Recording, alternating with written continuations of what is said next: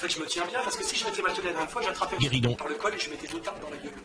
Et je le voyais faire caca sous lui, parce que ça m'est déjà arrivé d'attraper des mecs par le col de ce système-là. Donc Billy, je l'ai attrapé, j'ai mis 2 baffes dans la gueule, il a pété. J'ai entendu faire prout. C'est-à-dire qu'il faisait, quand il a la trouille, il aurait pu faire caca. Allô? Oui, bonjour. Bonjour. Du coup, c'était pour passer l'antenne. Eh ben, tu y es directement, voilà, c'est fait. Ton prénom? Adrien. Adrien. Alors, tu voulais nous parler du sujet sur les jeunes à qui on confie Internet, les parents laissent naviguer sur Internet librement, laissent une télévision rentrer dans la chambre des enfants, laissent les enfants sur leur console, parce qu'ils sont tranquilles pendant que les enfants sont sur ces jeux-là, sur ces moyens de communication-là. Je trouve que là, vous donnez une vision plutôt négative quand même d'Internet. Je pense qu'il y a quand même des points positifs.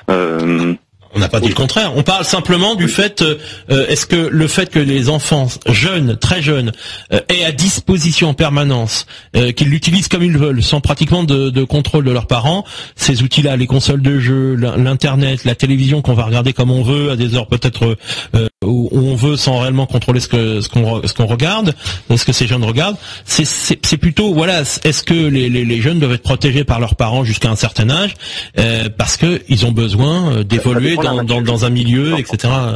Où ça dépend de la maturité de l'enfant. Relations. Moi, je sais que j'avais accès à Internet dès mes 12 ans, mais j'étais plutôt mature, même si au départ, je passais énormément de temps sur Internet. Enfin, j'ai su par moi-même faire la part des choses entre la vraie vie et les jeux vidéo. Et maintenant, je passe presque plus du tout de temps sur Internet. Hein. À part pour mes connaissances. C'est grâce à Internet que j'ai rencontré des gens dans plein de pays autour du monde, à Amsterdam, aux Émirats Arabes Unis. Oui, franchement, ça m'a permis de faire de super belles connaissances. Mais qu'est-ce qu'elles t'ont apporté à part le contentement sur le coup certains, par exemple, quand tu regardes l'émission l'émission Destination Voyage en Terre Inconnue, disent ouais, c'est beau, on voit des beaux paysages, il y a des belles rencontres, mais finalement on va très vite oublier ces gens-là, c'est de la télévision, voilà, les gens on va les oublier, donc on a fait un spectacle, voilà, en montrant le monde moderne qui montre le monde moins civilisé, les gens plus pauvres, etc. C'est une espèce d'œil indiscret, finalement on va embêter ces gens, nous, de notre technologie, on va essayer de voir comment ces gens-là vivent pour peut-être se consoler de ne plus vivre comme eux vivent, etc. Il y a des gens qui critiquent ce genre d'émissions. Alors quel type de rencontre toi tu fais pour dire finalement j'ai fait des belles rencontres? T'as fait des rencontres comment? Des rencontres citadines, enfin entre guillemets citadines, enfin je veux dire avec des gens qui ont Internet aussi, c'est normal. Après c'est des gens avec les mêmes intérêts que moi, enfin au départ. Mais quelle satisfaction on en retire? Parce qu'on les voit pas longtemps ces personnes-là. Tu les vois peut-être pas du tout à part. Après tu continues à communiquer avec elles après les avoir rencontrées. Est-ce que le rapport est différent après les avoir rencontrées? Le rapport est différent et je trouve que c'est encore plus fort qu'une amitié. C'est bizarre à dire, mais j'ai des amis autour de moi et c'est pas la même amitié que je ressens envers eux qu'envers les gens que j'ai rencontrés à travers Internet. C'est-à-dire que j'aurais totalement plus confiance enfin c'est paradoxal, mais j'aurais totalement plus confiance en quelqu'un que j'ai rencontré sur Internet que quelqu'un qui habite autour de chez moi. Eh ben Nounours est en train de nous dire le contraire. Moi, ça ne me viendrait jamais à l'idée de rencontrer quelqu'un via le net. On ne sait pas ce qui se cache derrière. Ça fait flipper. Moi, j'ai donné enfin pour vous montrer à quel point la confiance est établie entre mon meilleur ami qui habite à Abu Dhabi, c'est que je lui ai donné le numéro de ma carte bleue et il m'a donné le sien et des fois je dépense 100 € avec sa carte bleue. Oula, c'est risqué quand même, hein. Oh là là. Oh, t'es parti loin là, mon coco, de faire ça quand même, c'est abusé. Ah non. Non mais en fait après je le rembourse, hein. Enfin c'est pas pour prendre. Non mais juste donner ton numéro de carte bleue à une personne que tu connais pas via Internet. Moi personnellement je le ferais pas. Hein. Du coup là, je l'ai rencontré plein de fois. Ce n'est plus une personne que j'ai rencontré via Internet, mais ce n'est plus une personne d'Internet. C'est je sais pas. Il m'a invité à son mariage déjà. Enfin on a passé un super mois au Maroc ensemble, parce qu'il y a de la famille au Maroc. Enfin je sais pas. Enfin après il y a les stéréotypes pédophiles entre guillemets d'internet, enfin des gens dangereux, enfin j'ai jamais croisé de gens comme ça. C'est le risque, oui. On dit pas qu'on en croit systématiquement. Hein. Ah oui. Ouais. Mais ces gens-là sont suffisamment vicieux et pernicieux pour se faufiler éventuellement auprès de jeunes qui ne sont pas au courant et d'essayer d'en piéger quelques-uns. Après, je pense que je suis une des rares personnes qui fait une utilisation comme ça d'internet pour rencontrer de bons amis. Après, je pense qu'il y a des gens aussi qui gaspillent vraiment leur temps sur internet, et ces gens-là, je pense qu'ils connaissent pas trop grand-chose à la vie, quoi. Mmh. Et essentiellement pour toi, internet se sert à quoi alors, essentiellement? À créer des contacts, des liens, à travers les cultures. Ouais, les cultures. Hein. Parce que avec la télé, avec la culture, par exemple, les Français, bon, on a une vision, enfin bon, pas nous, mais les jeunes ont une vision des Allemands, c'est des nazis, ou les Russes, c'est des homophobes. Je sais pas vous, mais enfin bon, c'est quand même pas la généralité non plus des Français qui ont cette vision-là. Hein. Trop loin là. Oui, non, mais les jeunes, ça va trop loin. Ah oui, les jeunes, ils ont le droit de se renseigner, éventuellement, et de savoir que une guerre c'est une époque, et que heureusement que les peuples, les peuples changent quand même. Hein. Ah oui, à travers la télé, c'est ce que les médias veulent nous faire passer.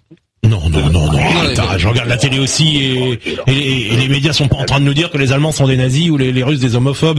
Il y a des Russes homophobes, mais il y a aussi des comme va regarder les reportages. Oui. Moi j'ai vu récemment des reportages sur comment ça s'appelle?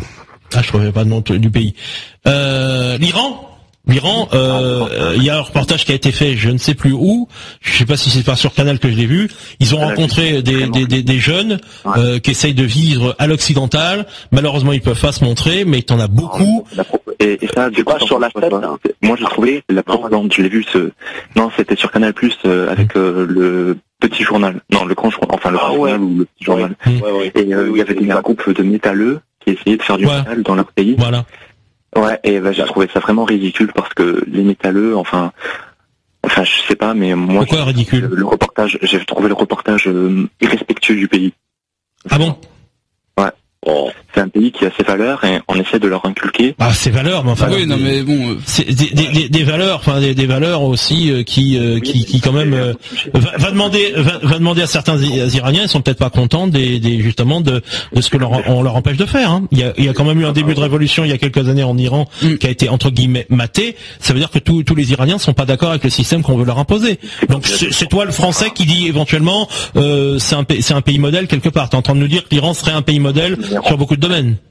Nous sommes qui pour juger la culture des autres? C'est comme nous, il y a des gens en France qui... c'est qu'a priori... parlent de la décadence. C'est qu'a priori... Non, mais attends, s'il te plaît, laisse-nous parler.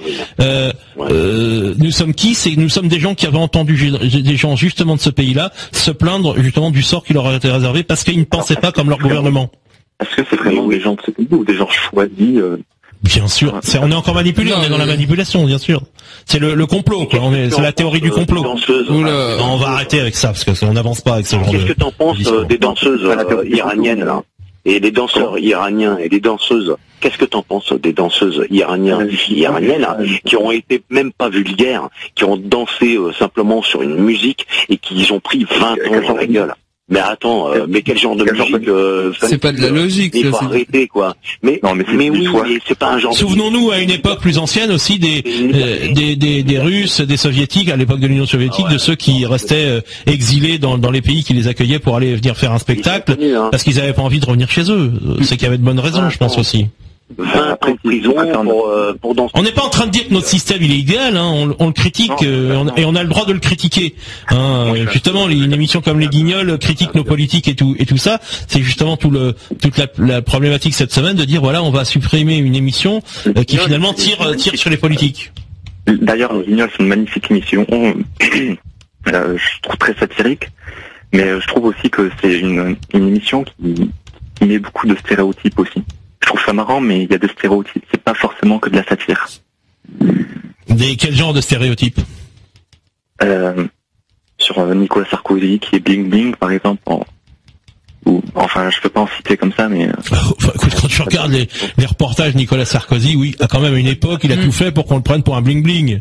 Bah ouais. Et les discours, tous les politiques en prennent avec une émission comme le Petit Journal, tous les politiques de quelque bord qu'ils soient. Depuis qu'Hollande est passé, je peux te dire que la gauche au Petit Journal, ils les ont dégommés. Ils ont bouffé, ouais. Donc je pense pas qu'on peut les accuser d'être uniquement d'un bord. Je pense que en fait ils sont là un peu pour être des oreilles et des yeux attentifs et montrer les absurdités, les contradictions de nos politiques, qui font parfois des grands discours et qui, d'une certaine manière, eux-mêmes se comportent totalement différemment de ce qui Enfin, on va pas parler de politique ici. Non, on parle pas de politique, mais on est général là, puisqu'on parle de droite et de gauche. Voilà. Bon, revenons à notre sujet. Alors, une petite conclusion chacun, parce qu'on a du monde qui nous attend hors antenne. Bien sûr. On va commencer par Dan, puisque c'est toi le plus ancien. Bah, écoutez, bling bling, Sarkozy, le clown, Hollande, et tout le monde le voit quand il trébuche sur un tapis, et puis Sarko, et de toute façon, même le prochain, il va en prendre plein la gueule. Et ça, c'est heureux, c'est notre liberté, c'est notre, on en rigole, et c'est bien. On verra en 2017. Hein. On n'en est pas là. On va assez en manger justement pendant les prochains mois en 2016, parce que ça sera une année électorale l'année d'après, quoi. Mais bien sûr. Voilà. Alors n'en parlons pas. Laissons. Je crois qu'il y a d'autres chats à fouetter actuellement. Tout le monde est à égalité, simplement qu'on a droit à se moquer de nos chers politiciens. Et puis voilà. Et puis les guignols, il faut qu'ils soient là. C'est tout. Hein. Ils sont là pour ça. Allez, bonne soirée. Merci à toi, Dan. À plus tard. Merci. Ciao. Ah bah merde, j'écoute. Bah sinon, c'était bien Dan. Voilà. Merci à toi, Dan. Ah bah à toi de conclure maintenant. Moi, enfin, on a parlé, donc, je sais pas trop quoi conclure. Faut pas rester dans les stéréotypes, et faut pas rester dans les idées toutes faites, quoi. C'est tout. D'accord. Eh ben, merci à toi. À la prochaine, peut-être. Ouais. Ciao.